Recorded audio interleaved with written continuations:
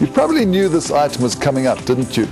They've left audiences aghast with their ability to read thoughts and choose to be called thought readers, saying they have the ability to feel other people's thoughts.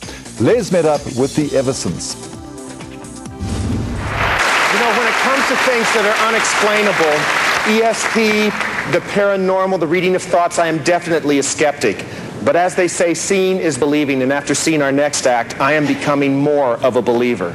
Known as the world's best mentalist duo, Tessa and Jeff Everson have astonished millions with their amazing mind power show. No? I've never asked you your name. There's nothing set up with you and me or you and Tessa.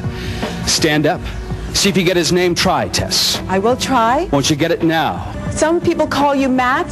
Some people call you Matthew. What is your name? Matthew. Thank you. Please think of your name, ma'am. Is that Peggy? Is your name Peggy? Yes. It's a short name. It's an easy name, isn't it, Brad? What's your first name? Brad. Brad? All right. This is Brad. Thanks a lot, Brad.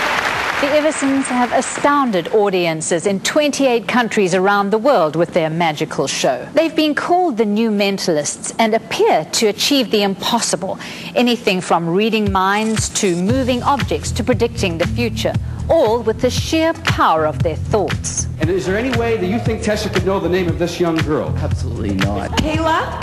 Kayla? What is this girl's name? What is... Kayla. It is Kayla?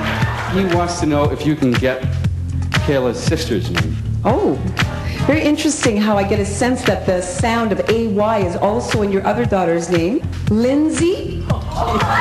Lindsay. Lindsay? Being skeptical by nature, we decided to gain some insight into the amazing Everson phenomenon when they were performing at Monte Casino in Cape Town recently. My microphone and Tessa will tell you when...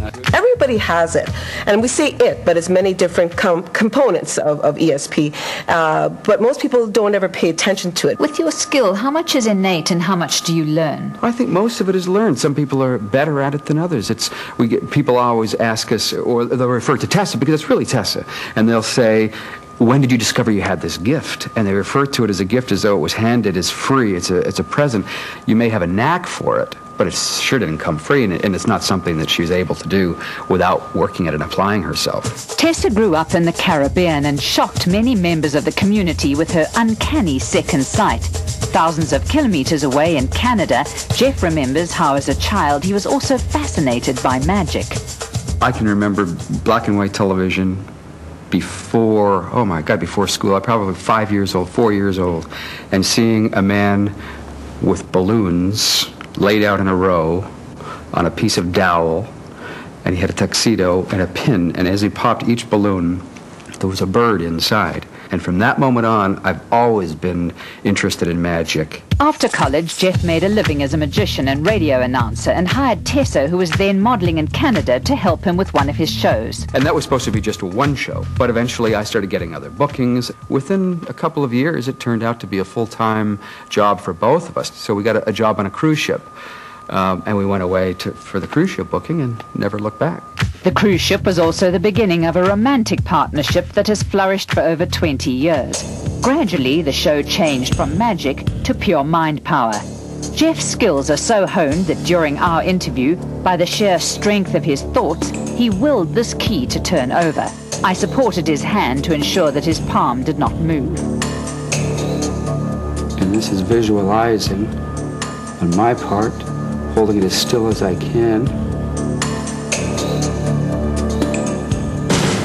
Just by thinking, by focusing on it moving, it does it. It's the same. The same sense of disbelief I felt was shared by local audience members. In their show, not only was Tessa able to correctly identify names, telephone numbers and photographs, but even the serial numbers on a banknote while blindfolded on stage. 2. Yes? 9. Oh my word. 4. Oh my word, the guy. Many more to come, I think. Is it 8? Yes. Peter 3. Yes. An 8. Yes. And then a 5. Oh my God. Can you? I can feel the love.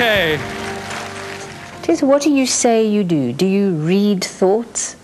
I think you've actually coined it perfectly, because people actually call what we might do as mind readers, and so that would mean I read minds, but really it's more thoughts, and it must be direct, and it must be more specific. So I help to direct you to bring your thoughts in alignment with where I think I can connect with you, and then I know I'll have some success. For me, it's more sound than pictures. In other words, it's more as though I hear someone telling me or saying to me, my name is John.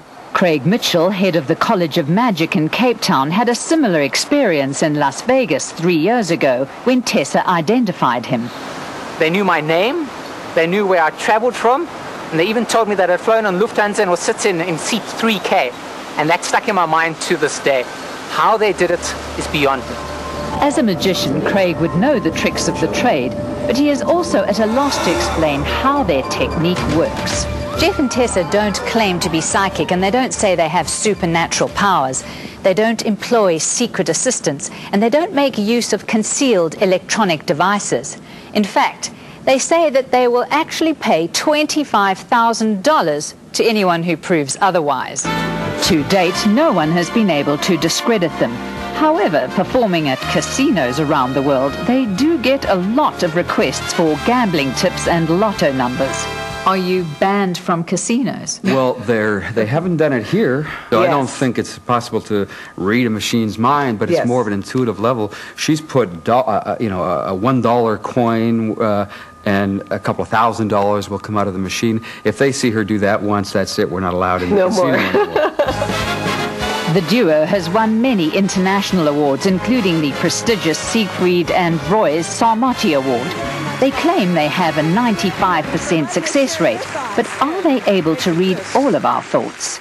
Nobody can walk into a room and know exactly what you're thinking. They may pick up body language. They may know if you're hiding something, telling the truth, or trying not to tell the truth, but they couldn't possibly know what you're thinking unless you're willing and you're guided in such a way. The person may be skeptical, but that's okay, because you can just feel that they're the right one, because they'll be more blown away than a person that really already believes. As staunch unbelievers, we decided to do an independent experiment to test their skills, and drew a picture before the interview in the morning.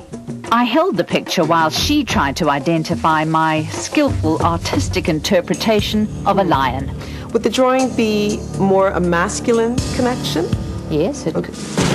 Demonstrating what men represent in most societies. Does this make sense by what I'm saying? It's not a man. It's not a man. No. But would you say by whatever the drawing is, it might give that kind of representation? Yes. Okay. Let me stay on that thought, because that's the strongest feeling I got. And I would say that I feel a connection to South Africa. Yes. Okay.